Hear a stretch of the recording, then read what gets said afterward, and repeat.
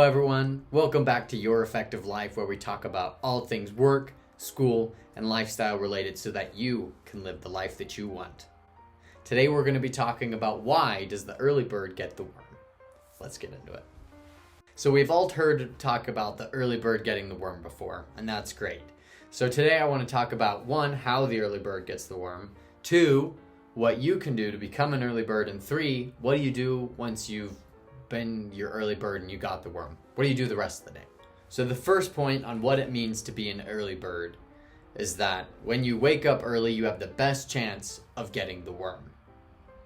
As you can imagine, there's a lot of birds in the world and a lot of pigeons flying around, and all of them want to eat every day, just like us. So with a limited food source in the worms, then the best time of day is certainly the morning, because that's when the worms are crawling up out of the grass and the greenery. So the earlier the bird gets up, the higher chance it is that there'll still be worms left when it goes out to eat for the day. Thus, the early bird is the one that gets the worm, because by 10 a.m., all of the worms have either been taken or have already gone back down into their little wormholes. What else makes someone an early bird? Well, the early bird is the one that gets the worm, but what do they do the rest of the day? Well, the early bird certainly has a lot more time than the late bird or the mid-afternoon nap bird. So they get to experience a lot more of what bird life has to offer. They can fly through a lot more telephone poles, and they can have a lot more fun. The early bird gets its largest, most important task done first thing in the morning. And I want you to think about, what would your life be like if you got your most important task done every morning first thing? And then you could just spend the rest of the day flying around and having a good time. What would you change in your life? What could happen for you if you were able to do that? You got your answer in your head? You know what you want to do? Great, because now we're going to talk about how you can become an early bird. There's 3 tips on becoming an early bird. So tip number 1 is get 8 hours of sleep. What does that look like? Well, it means you pick whatever time you want to wake up, and then you go minus 8 hours, and then you go to sleep at that time. So if I want to wake up at 6, I have to go to bed at 10. If I want to wake up at 8, I got to go to bed by midnight. And what that does for you is it guarantees that you have the time and the rest you need, where you can't have the excuse of, oh, I'm too sleepy to do anything. Now, it will take an adjustment if you aren't on a good schedule, but at the same time, if you're waking up at 8, just make sure you get to bed at midnight every day. And if you want to become more of an early bird, just progressively move that back by 15 minutes every couple days. So you might start tonight at midnight, you do this for 3 or 4 days, and then you shift to 11:45 and getting up at 7:45. And then you just progressively move as far back as you would like to. And why that's important is because it allows you to go get your worms, go get that most important thing done in the morning before other people are distracting you. Tip number 2 on how you can become an early bird is to have a plan for what you want to do. The bird clearly knows that it must eat every day or else it will die. We also have that, but in our case, we probably don't want to make eating the very first thing we do. We were talking about something maybe more productive, a goal or a hobby that you're trying to become better at or to accomplish. In order to do that, you need to plan your week every week so that you have a general idea of what are the most important things I would like to do each day. And then you can make minor adjustments as you go throughout the week. But what's important is that when you wake up, you already know the thing that you need to go do. Because then it's just a matter of action. It's not a matter of trying to figure out whether you want to read your book or write your paper or go practice guitar. If you already know, then it's much easier to do that and to enjoy the rest of your day. Tip number 3 on how you can become an early bird is to go to the best feeding areas for the birds.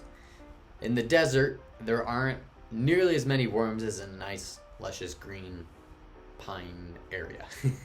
So, as you decide what you're going to do each morning, you already know, you wake up, make sure you put yourself in an environment where it's easy to be getting the worm, where the worms are just crawling all over the place and you can grab them.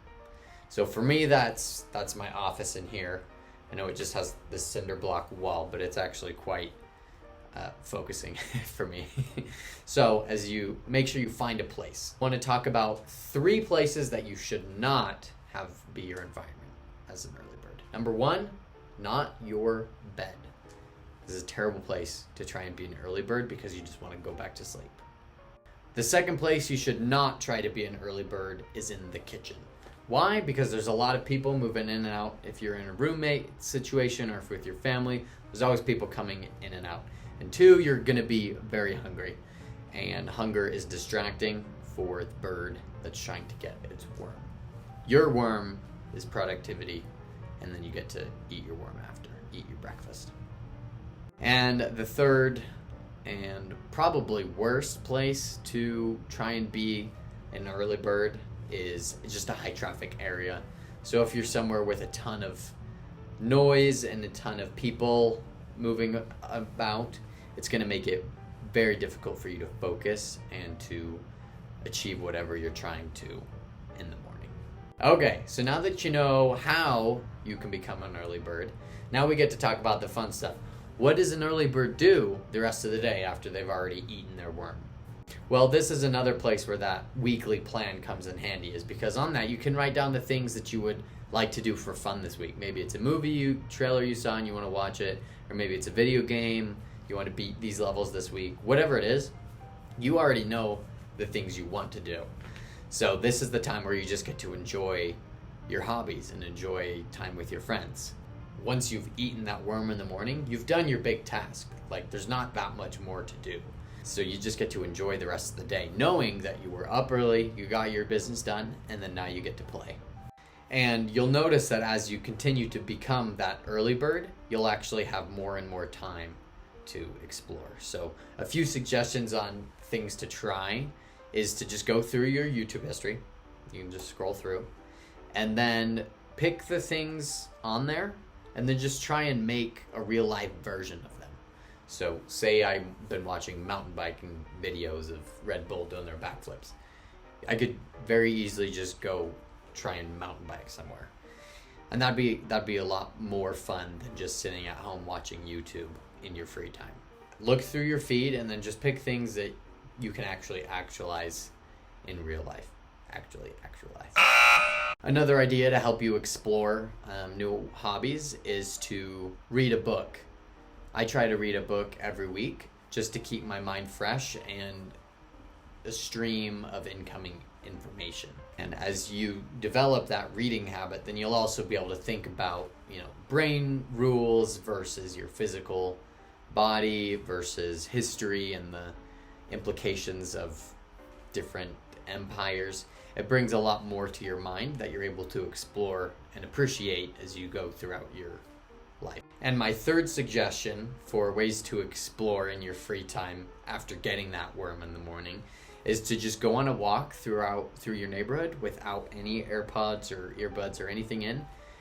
No media. Just walk around the neighborhood and listen to the sounds of the birds getting the worms or just kids playing. Notice the feel of the pavement and the color of the trees and the temperature of the air. Because it turns out you can appreciate a lot more about wherever you're living if you just take the time to enjoy it. So in conclusion, the early bird gets the worm because the worms are going to go by fast and it's got to get to them.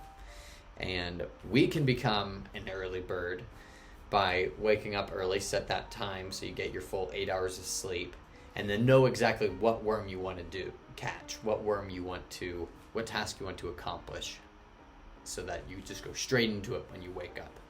And then once you have done that, you have a lot of time to explore hobbies you already know about, but also to find new hobbies and new activities that you enjoy and that you find fulfilling. Did you enjoy that video? Do you think you can become even more effective in your life? Then this is the channel for you. So here's a video right here. Oh, and there's another one right there. Enjoy.